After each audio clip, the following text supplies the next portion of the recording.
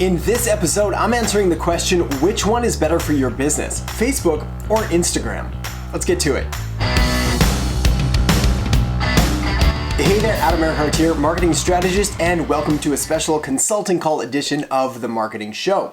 Essentially been receiving a lot of questions lately, this one in particular on which one is best for my business, Facebook or Instagram.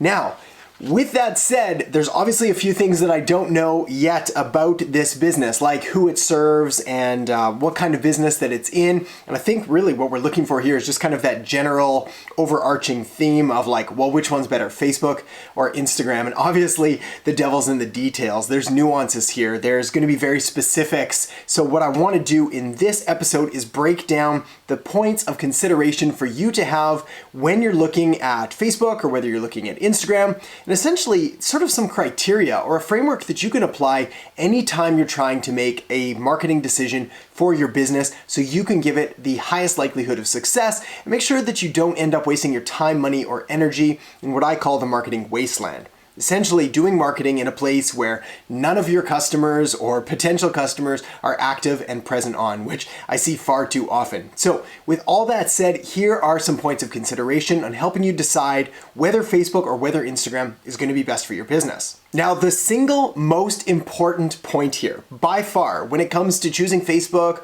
or when it comes to choosing Instagram or anything else, is to really take a good hard look at your ideal customer avatar.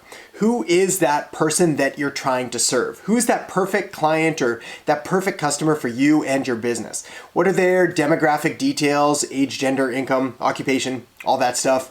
Their geographic details, what city, state, province, country do they live in? And their psychographic details as well, although even on initial kind of platform decision, this is less important, but still, psychographic details like attitudes, interests, beliefs, affiliations, all the head stuff that goes into how people think and operate and things like that. So we've got to take a look at all of these, but the one that I really want you to focus on, especially choosing between Facebook and Instagram, are those demographic details, age, gender, income, and occupation. Now, the reason I want you to take a look at this is because this is going to help you decide on which platform is going to be best. And in fact, thanks to the widely available statistics on different social media platforms, whether we're talking Facebook, Instagram, YouTube, LinkedIn, Pinterest, whatever, you get a pretty clear and really detailed explanation and understanding of what types and different demographics are using which social platforms. For this reason, we can start to say, all right, if they're over the age of 35, maybe let's focus in on Facebook. And if they're under 35, maybe let's go more towards Instagram and kind of put our efforts there. Now, what's interesting about this advice, and we'll use the 35 age range right now. I'm comfortable with that for where we are today, saying over 35, let's go Facebook, under 35, let's go Instagram. Obviously, this is going to vary and shift depending on what business and what industry you're in, but that's a pretty good general guideline. That said, this is going to change, and it might change as soon as the next month or the next coming months because the adoption statistics of these different platforms, well, they change all the time. They tend to start younger and then they kind of progress upwards. We saw the same thing with Facebook when it started way back in the day and it was only for like college kids and then it slowly started to grow. We saw the same thing with Instagram. It was only for young kids and then it slowly started to grow and now it's pretty much ubiquitous and everywhere. Seeing the same thing now with TikTok, this brand new social media platform. Essentially, it used to be Musical.ly, now it's TikTok, and it's starting incredibly young, but we're going to probably watch this thing start to grow and evolve as well. All right, so now that you've dialed in your demographics, you've sort of got that rough idea, but let's say you're on the fence. You still don't know. Maybe you're kind of in that like 30 to 40 age range. You're not really sure which way to push one way or another. Next thing you want to consider is what industry are you in? Certain industries are going to lend themselves better to different social media platforms.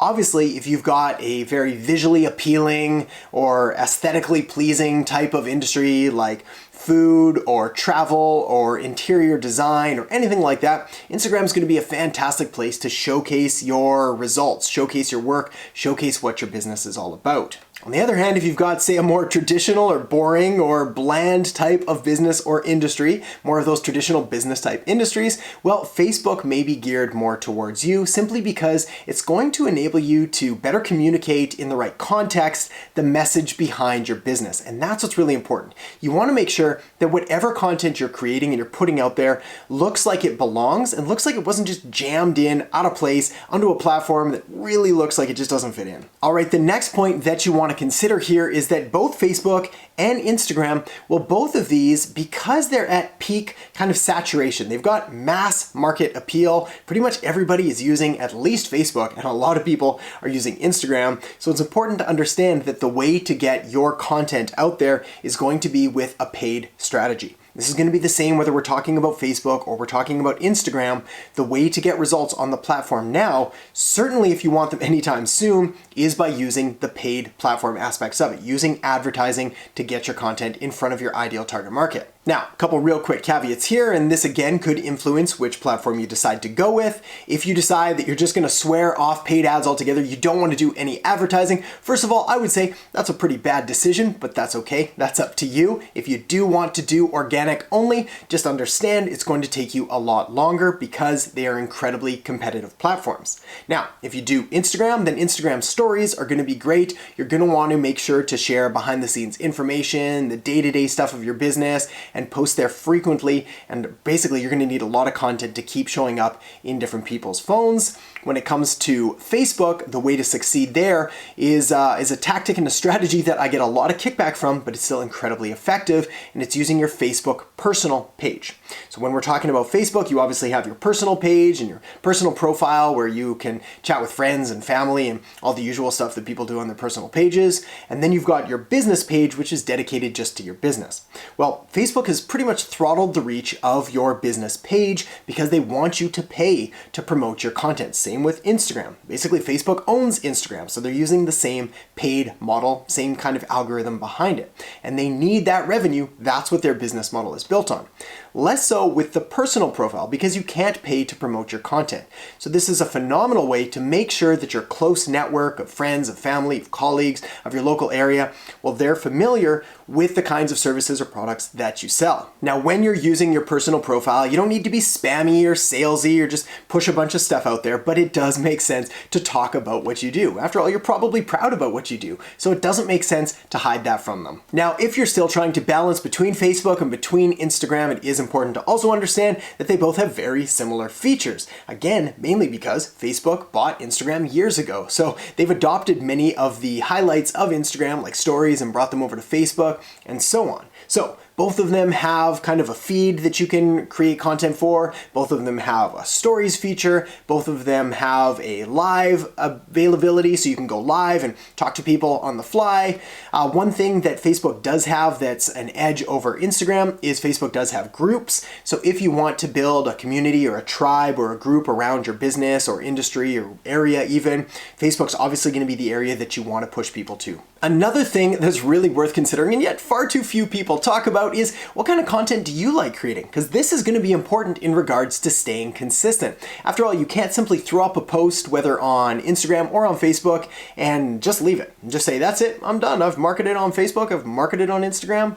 My work here is over. No, you're gonna need that steady and consistent supply and stream of content, of information, of touch points with your customers, of staying available, staying relevant, and staying top of mind by being in their feeds. This is why it's really important to sort of take a look at the overall aesthetic of Instagram and of Facebook and see kind of which one fits better with your style, your personality, and the kind of content you want to create. If you want to do just text-based posts, obviously we're going to want to push you more towards Facebook. If you want to do just image-based posts and maybe have just a real quick caption, obviously Instagram is going to be better here. Both of them kind of work well with video, so kind of your choice there if one is going to be better off for you than the other. But essentially, if you're really text-heavy, go Facebook, really image-heavy, go Instagram, video-heavy, you kind of pick and choose whichever you like. And this other point kind of ties into the one we just talked about of which kind of content do you like to create? Well, at the end of the day, is really what platform do you prefer? If you've identified that your market is, say, specifically on Instagram, well then you don't really get a choice. You have to go to Instagram. Same with Facebook. If you've identified that Facebook is your main platform, you kind of got to go there. But if you're kind of split, you don't really know what to do, you don't want to use them both, you really just want to focus in on one or the other, well, just take a look at the platforms. Maybe try them out for a few weeks, a few months, and see which one you get better results from and you enjoy more, and then put more effort there.